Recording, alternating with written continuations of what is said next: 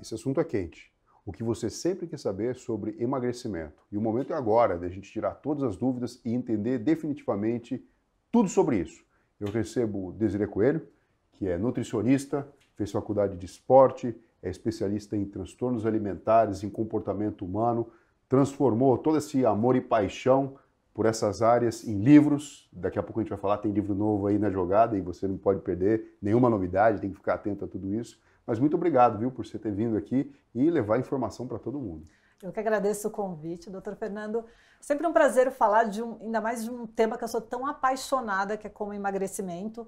E a gente fala, né, de médico todo mundo tem um pouquinho, né, de médico louco todo mundo tem um pouco. Acho que na área do emagrecimento tem mais coisas sendo faladas às vezes por um espectro do que por outro. Então a gente tem que tomar muito cuidado com a informação que tem aí, né, de coisas milagrosas, e as pessoas sempre querem um atalho. Então, será que esse atalho existe? Será que ele é possível? E será que vai trazer o que a pessoa realmente espera? Bom, quem nunca ouviu falar, né? Olha, toma esse chá aqui, ou então come só esse tipo de comida aqui. Aliás, durante muito tempo, né, as dietas restritivas são consideradas vedetes de quem quer emagrecer, né? Com aquela máxima, né? Bom, se você come menos, então isso significa que você engorda menos e você vai ser mais magro. É assim? Ou aqui a gente já tem um ponto inicial de confusão nesse assunto? É assim, mas não é tão simples assim. Então, realmente, a ideia geral é comer menos, gastar mais, e aí o seu corpo vai usar o tecido adiposo, né, que é a gordura, como forma de energia, e a pessoa vai emagrecer. Então, emagrecimento... Quer dizer, então, em teoria, é simples. Eu como menos, eu continuo me exercitando e fazendo as coisas do dia a dia, eu vou emagrecer, porque eu vou usar a energia que está estocada no tecido adiposo. Na gordura, no tecido adiposo. Isso, a teoria é linda. A questão é que a conta que o corpo faz, ela não é tão bem assim, não é tão certa assim, então a gente não sabe exatamente como cada corpo se adapta a esse comer menos. Então, por exemplo, tem corpos que quando você come menos, ele continua com gasto de energia normal. Enquanto tem outros corpos que quando você come menos, ele se resguarda. O que ele faz? Começa a gastar menos. Então a pessoa fala, poxa, eu estou fazendo as mesmas coisas de antes, e realmente está, porque às vezes ela acha que está e não está, né?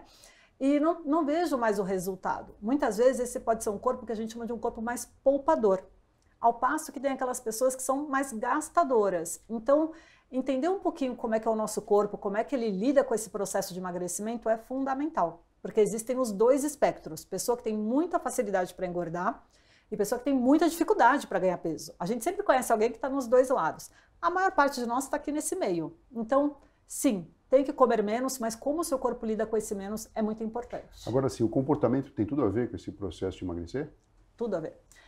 As pessoas, elas não comem, elas não conseguem emagrecer, não é porque elas não sabem o que elas têm que comer. Raramente é isso. A pessoa pode ter uma dúvida se tem que consumir a dieta da moda ou o alimento da moda. Mas a grande verdade é que a pessoa sabe que ela deveria comer um prato cheio de salada ou legumes no almoço, também no jantar, comer fruta, legumes. A questão é por que é tão difícil fazer essa escolha? O que acontece ali? E hoje a gente vive num ambiente obesogênico. Um ambiente que faz com que tudo seja muito fácil. Então, hoje eu saí de casa, peguei elevador, entrei no carro, vim aqui, peguei elevador e entrei aqui. Quantos passos eu dei? Quase nada. Sendo que antigamente, como é que eu iria sair de um ponto a outro, né?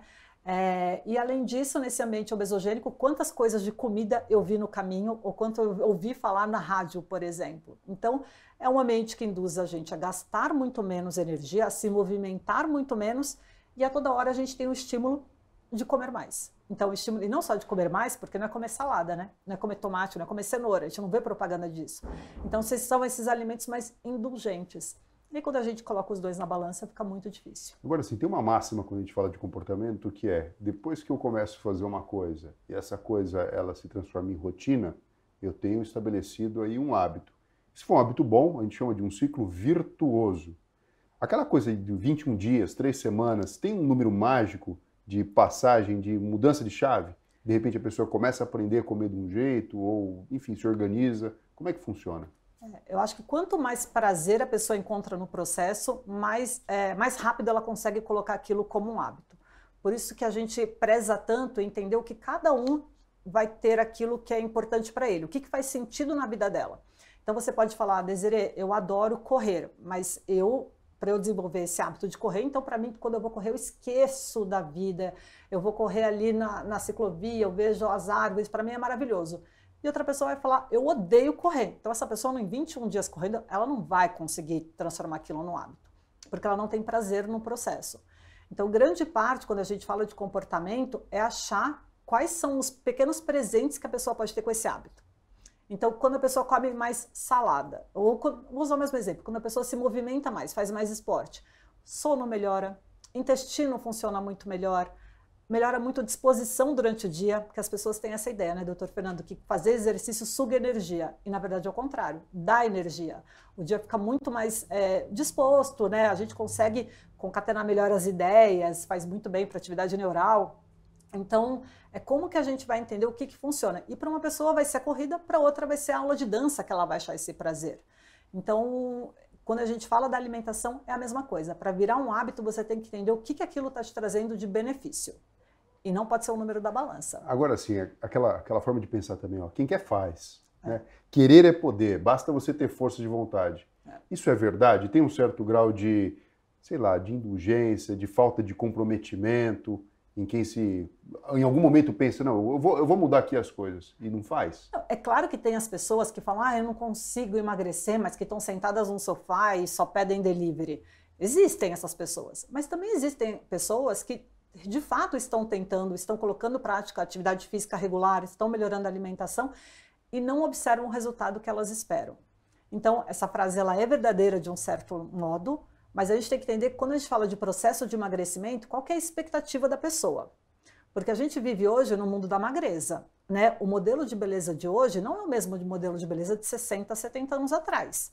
Então, uma modelo, sei lá, Marilyn Monroe, hoje ela é considerada gorda, acima do peso, muitas vezes por algumas pessoas. Então, hoje em dia, ninguém quer esse padrão de beleza, né? As pessoas querem o quê? Gisele Bündchen, a blogueira fitness. Mas será que isso é um padrão de beleza ou esse padrão estético? Ele é um padrão possível? Porque aí muitas vezes quando a gente vai e fala, se a pessoa quiser, ela consegue até onde? Né? Todo mundo consegue ter a barriga da Gisele Bündchen? O que você acha? Não, né? Não dá, não. Porque você tem que ter aquele corpo, aquele estilo de vida, aquele momento, enfim. Não, e nem só, a genética também, né? E a brincadeira que eu faço com os pacientes, porque ela é um nome que vem bastante, né? Por ser essa entidade, ela é linda, mas eu falo, nem a irmã gêmea dela tem a barriga dela. Né? Ela tem uma irmã gêmea que é diferente dela, não tem a altura dela, não tem os traços dela. E as pessoas querem se colocar ela como um parâmetro de beleza, de corpo do outro. Então eu quero aquele corpo, eu quero aquela barriga. E quando a gente fala também de emagrecimento, muitas vezes é aquela barriga, aquela perna ou aquele braço, e nunca é a mesma pessoa. A pessoa quer uma parte de cada... É tipo um Frankenstein do bem, né? Uma coisa assim, mas não rola, né? Não, de jeito nenhum. E é isso. Então, o que as pessoas têm que entender? Uma coisa é o que a pessoa quer mentalmente. Então, meu desejo é ter aquele corpo. Outra coisa é que o corpo dela entende que é o adequado. Então, é isso aqui que as pessoas têm que começar a alinhar melhor. Claro, sempre com muito foco em saúde. Então, o livro que eu escrevi, né, o Por que Não Consegui Emagrecer, é sempre com foco em saúde. Então, eu falo, primeira coisa, esse não é um livro para quem quer ficar com gominhos, né, quem quer ficar com a barriga definida. Porque a gente sabe que muitas vezes, até esses blogueiros, eles não contam tudo que eles fazem para conseguir esse corpo. E muitas vezes também eles vivem disso 24 horas por dia, né? Então não é que eles têm um trabalho de bater cartão, enfim. E outra coisa que é, muitas vezes, o preço que eles pagam físico e emocionalmente. Né? A restrição alimentar, ela traz severas consequências emocionais. Tem muitos estudos mostrando isso. Tem até alguns estudos que falam dieta engorda, né? Será que dieta é uma arma de matança em massa? Porque a restrição alimentar é você falar para uma pessoa, olha, para você emagrecer você tem que passar fome. E passar fome não é uma coisa natural, não é uma coisa fisiológica, não é uma coisa que é sustentável quando a gente vive num mundo de oferta de alimento. Então assim, né, a sociedade moderna ela vende muito essa ideia, né? Primeiro, você tem que ser feliz. Exato. Todo mundo tem que ser feliz. Exato. Né? Como se todo mundo saísse da mesma... Primeiro, o que é parâmetro de felicidade? Então você tem que colocar, entender que a linha de chegada ela vai ser muito individual e personalizada para cada pessoa.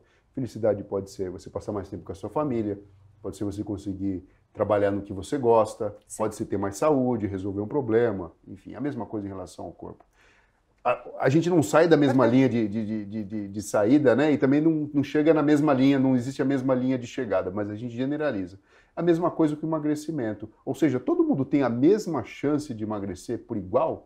Tem uma analogia que eu gosto muito que fala o seguinte: imagina que todos nós, como se fôssemos uma arma. Só que enquanto alguns são uma pistola de brinquedo, outros são uma metralhadora. E o que acontece? Então, uma pistola de brinquedo, você vai apertar o gatilho, que é comer mais, às vezes passar uma semana sem se exercitar, só que é de brinquedo, não tem munição ali. Você pode fazer aquilo, para algumas pessoas isso não vai mudar nada. Só que para a pessoa, que né, isso seria apertar o gatilho, comer mais alguns dias ou se exercitar menos, para a pessoa que tem uma metralhadora, isso que ela faz já sai disparando um monte de tiro. Então, o corpo, para o mesmo estilo, responde de maneira muito diferente. Então a gente fala que, primeiro, entender quem é você nisso, se você é uma pistola, se você é uma, eu nem sei, espingarda, né? Eu paro por aí, metralhadora. E também a gente fala o seguinte, se todo mundo comesse as mesmas coisas e fizessem os mesmos treinos, os corpos ainda seriam muito diferentes. Muito diferentes. E é isso que a gente precisa entender. Quem sou eu nesse espectro? Como é que meu corpo reage com alguns dias comendo mais? Tem corpos que sim, propiciam muito mais do que outros. A genética está aí, né, para mostrar isso. E às vezes são alterações, por exemplo, no gene da saciedade. Só por curiosidade, tem um gene, por exemplo, que faz com que as pessoas, quando ele está inativo, as pessoas não sentem a saciedade. Então elas ficam comendo, comendo, comendo, comendo. Enquanto algumas outras pessoas que têm esse gene muito ativo, elas se satisfazem com pouco. E aí você vai falar o que para essa pessoa? Elas respondem de modo muito diferente à alimentação. Então, falar, elas fazem as mesmas coisas, não é verdadeiro. Então, é isso que eu tento trazer. Ou seja, tem um monte de coisa escondida embaixo que a conta ela não... Quer dizer, a linha geral tá certo, né, da gente pensar, mas ela não fecha por igual para todo mundo. Aquele conceito lá enfim, de gordo, ou então de gordinho, vamos falar, existe gordinho saudável? A gente pode falar isso, se a pessoa é mais ativa do que o outro? Como é que você vê isso? A ciência está aí para mostrar para a gente que quando a gente fala de obesidade saudável, a gente está falando dos baixos níveis de obesidade. Então, aquela pessoa com IMC 30, 32, pode ser sim saudável. Mas o que é saudável com essa gordura, com esse acúmulo de gordura a mais no corpo? Seriam pessoas que têm que ser fisicamente ativas, os exames têm que estar todos dentro da normalidade, ela não pode ter nenhum tipo de prejuízo com relação a isso. Então, tem estudo mostrando que quando você pega uma pessoa nessa obesidade mais leve e com todos esses parâmetros, ela é mais saudável do que uma pessoa que teoricamente tem um peso dentro da escala normal, mas é sedentária. Então, tem até um grupo de médicos canadenses que está propondo mudar um pouco o que a gente entende por obesidade, porque a obesidade ela tem que ser entendida como qualquer acúmulo de gordura que traz prejuízo.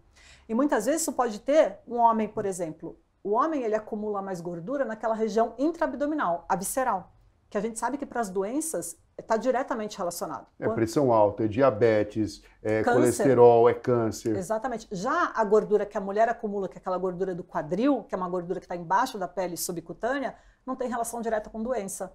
E muitas vezes, olhando esteticamente, você pode julgar só que o homem tem braço magro, perna magra, mas tem uma barriguinha dura, porque está protegida pelo abdômen, pela musculatura, aquele homem tem muito mais prejuízo à saúde do que aquela mulher ou aquela outra pessoa que tem aquele outro tipo de acúmulo. Então, hoje em dia, falar de IMC, quando a gente fala do indivíduo, é muito complicado. Falar de peso corporal, quando a gente fala de emagrecimento, é muito complicado, porque a pessoa pode emagrecer e não mudar peso de balança.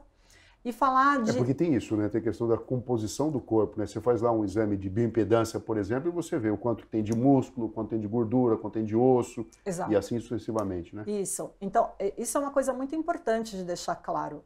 Perder peso é uma coisa, emagrecer é outra. A pessoa fica doente, né? Você lida muito com processos muito catabólicos. A pessoa vai lá e perde 7 quilos. Só que muitas vezes o que ela está perdendo 7 quilos não é de gordura, é de massa magra, é de tecido muscular, é de até componente de outros órgãos, tecido ósseo. Então não foi uma perda de peso saudável e o corpo provavelmente assim que ela se restabelecer, se recuperar, o corpo dá rebote. Rebote, ele vai se restabelecer e talvez até um pouquinho mais para se proteger, né? Olha, exato. Passei por uma coisa ruim, não quero passar de novo. Então eu fico mais, entre aspas, fortinho em relação a isso. Esse exemplo que você deu é perfeito. E eu trago ele um pouco no livro também, que a gente tem que pensar o tecido adiposo como se fosse uma reserva de dinheiro da família, né, ou da pessoa, que então eu tenho, se tiver alguma emergência, eu tenho uma reserva de energia, mas se o processo for tão intenso que eu vou ter que mexer na estrutura da casa, né, vender carro, etc., da próxima vez que você conseguir se recuperar, você vai falar assim, olha, aquela reserva de energia não estava boa, eu tenho que ter mais para me proteger para uma próxima vez. Então, quando a pessoa começa e faz dieta restritiva intensa, por exemplo, tem umas muito severas que a pessoa perde peso muito rápido, ela fica super feliz. Só que metade desse peso, mais ou menos, foi massa magra. Ou seja, foi um péssimo emagrecimento. Então, ficar preso à balança é um erro muito grande quando a gente fala de emagrecimento. Agora, quando a gente fala de genética, como o exemplo que você deu, né, se traduzindo na experiência bem prática, ambas pessoas começam, pessoas distintas, a fazer a mesma dieta restritiva.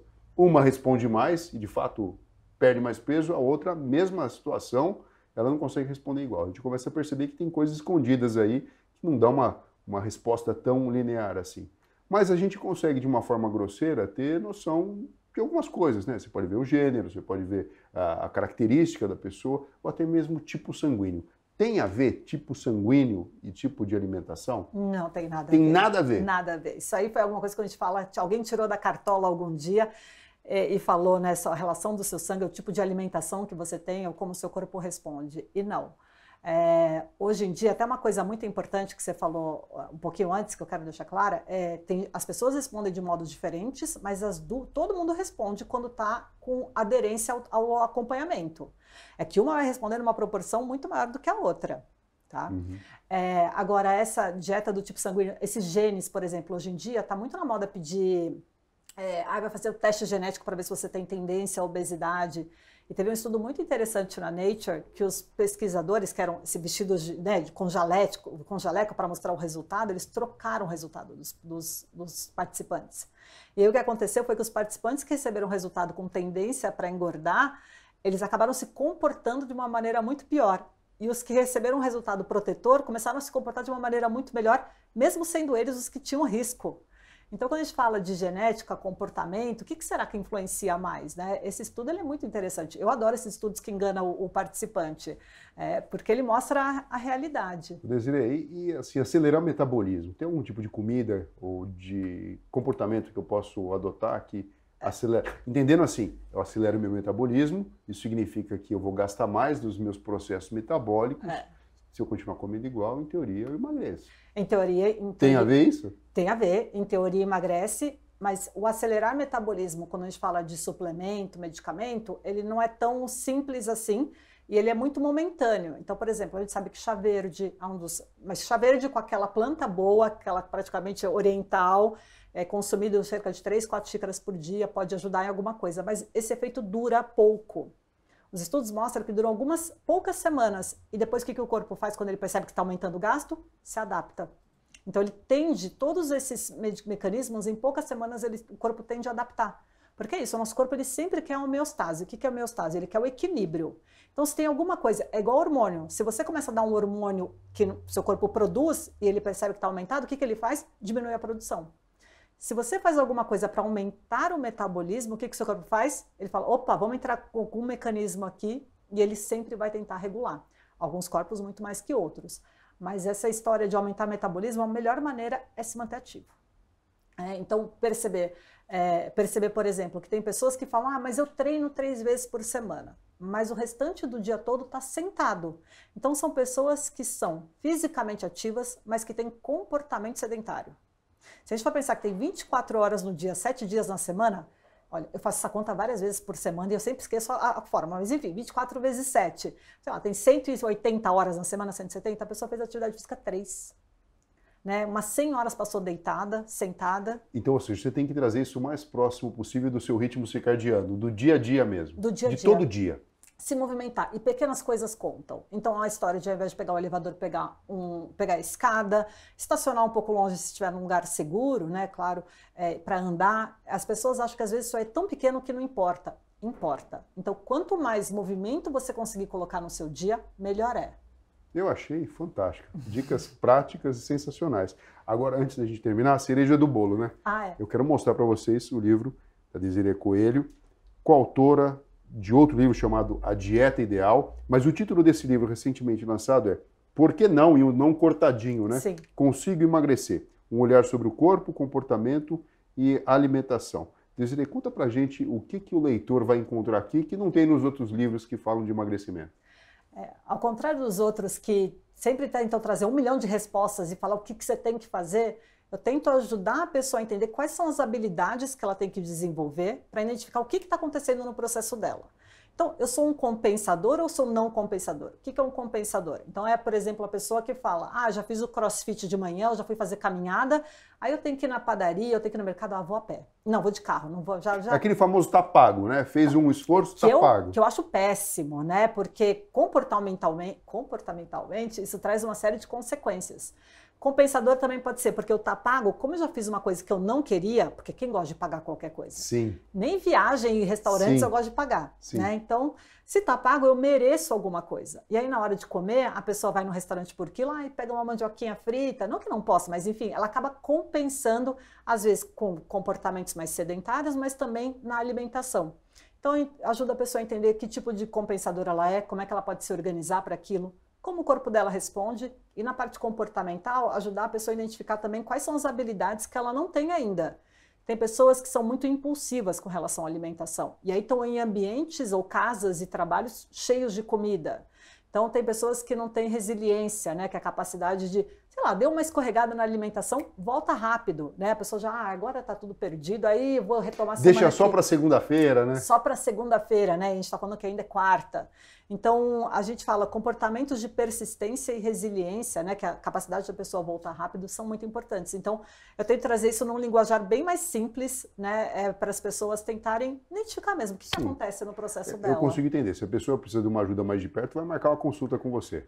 Mas, em linhas gerais, para mudar a cabeça de todo mundo e entender como de fato as coisas funcionam, entender essa equação que deve ser de segundo, terceiro, quarto grau, sei lá, a gente precisa ter mais informação. Tem uma palavra que você não disse, mas eu senti muito aqui dentro do seu discurso, chamado sustentabilidade. Perfeito. Não adianta nada eu fazer uma dieta restritiva ou, de repente, né, aquele negócio, mudei.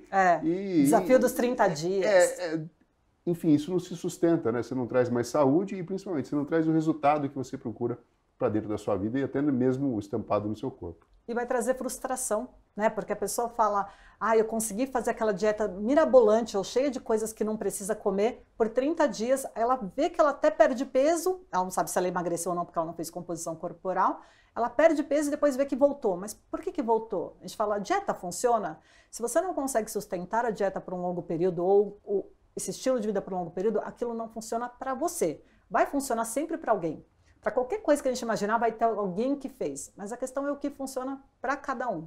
E é isso que eu tento aproximar no livro. Perfeito. Olha, muito obrigado, viu, Desirê? Pessoal, vamos deixar aqui o seu like, o seu comentário, compartilhar com todo mundo informações extremamente importantes. A gente vai ficar ligadinho aqui nas suas dúvidas, o que você vem escrever aqui embaixo e vamos responder tudo, né? Perfeito. Foi um prazer estar aqui e estou à disposição também. É isso aí. Obrigado, viu? Até a próxima, pessoal. Até mais.